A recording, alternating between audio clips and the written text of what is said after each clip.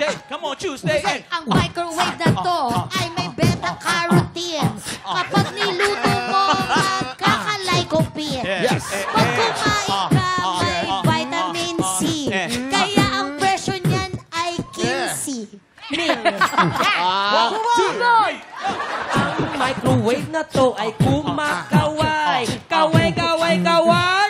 Kaway, kaway, kaway! Ang presyo ng microwave ay 8,000. Mura lang pero mas mura pag galing sa nakaw. Yes!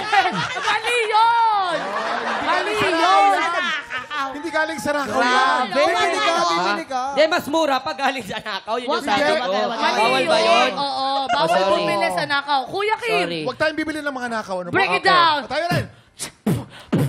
Players, tandaan kung sinong pinakamalapit tong eksaktong hula siyang tanda mag-uuwi nung sayaw ni Kuya. Budol Find of the Day. At pasok na.